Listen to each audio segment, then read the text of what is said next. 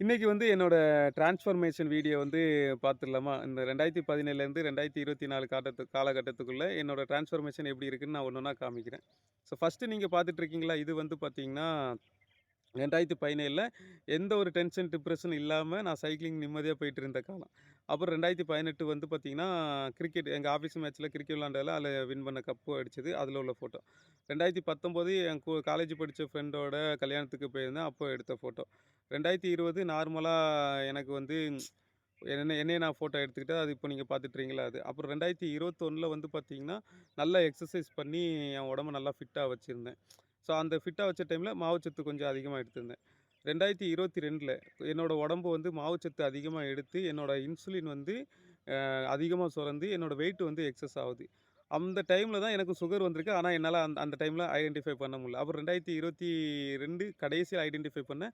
அந்த 2022ல ஐடென்டிஃபை பண்ணதுக்கப்புறமும் நான் சாப்பாட நிப்பாட்டல. அப்புறம் 2023ல ஓவரா எக்ஸஸ் வெயிட்டு வருது. ஆனாலும் நான் நல்லா மாவுச்சத்து, பிரியாணி, ஃப்ரைட் ரைஸு, பரோட்டா, இட்லி, தோசை, பூரி, பொங்கல் எல்லாமே நான் அடிச்சு நகர்த்திட்டு நல்லா எக்ஸர்சைஸும் பண்றேன். உடம்பும் கூடுது, சுகரும் கூடுது, எல்லாமே பண்ணுது. அப்புறம் 2024 அப்படியே எக்ஸர்சைஸ் பண்றது எல்லாம் வுட்டேன். ஏன் வுட்டேன்னா, சுகர் எக்ஸ்ட்ரீமா போயிட்டு வெயிட் அப்படியே எனக்கு குறைய ஆரம்பிச்சுட்டு. இது பார்த்துட்டு இருக்கு 2024ல ஒரு கட்டத்துக்கு அப்புறம் வந்து வெயிட் வந்து 62, 63 கிலோல வந்து நல்லா நின்னுட்டு.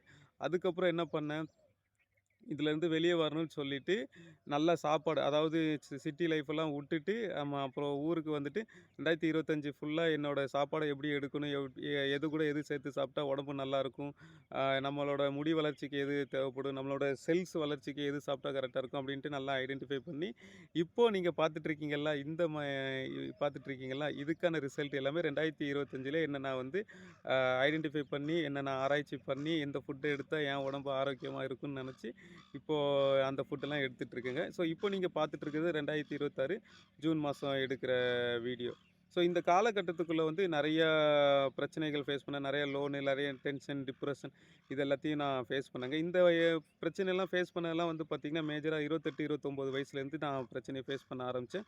இன்னைக்கு வந்து 34 வயசு நமக்கு ஆவுது. இந்த டைம் வரைக்கும் வந்து பார்த்தீங்கன்னா, இந்த 28, 29 வயசுல இருக்கிற பிரச்சனையோட இந்த 33 வயசுல வந்து அந்த பிரச்சனையெல்லாம் புரிஞ்சுக்கிட்டு இப்போ வாழ்க்கைய எப்படி ஒரு பீஸ்ஃபுல்லா வாழணும் அப்படிங்கிறதையும் நான் தெரிஞ்சுக்கிட்டேன். என் உடம்புக்கு எப்போ எது குடுத்தா சுகர் ஸ்பைக் ஆகும், சுகர் லோ ஆகும், என் உடம்ப எப்படி மெயின்டெயின் பண்ணணும் அப்படிங்கிற எல்லா விஷயமும் நான் தெரிஞ்சுக்கிட்டேங்க. ஸோ இந்த என்னோட ஃபுல் வாழ்க்கைய வந்து அண்டர்ஸ்டாண்ட் பண்றதுக்கு கிட்டத்தட்ட என்னோட சின்ன வயசுலேருந்து 33 வருஷம் எக்ஸ்பீரியன்ஸ் ஆயிருக்கு. 34வது வயசுல நான் வந்து முழுமையா என்ன வந்து புரிஞ்சு, அண்டர்ஸ்டாண்ட் பண்ணி என் உடம்பையும் நல்லா பார்த்துட்டு இருக்கேங்க. ஸோ இதே மாரி யூஸ்ஃபுல்லான வீடியோக்கு நம்மள ஒரு ஃபாலோ பண்ணிடுங்க. பாய்.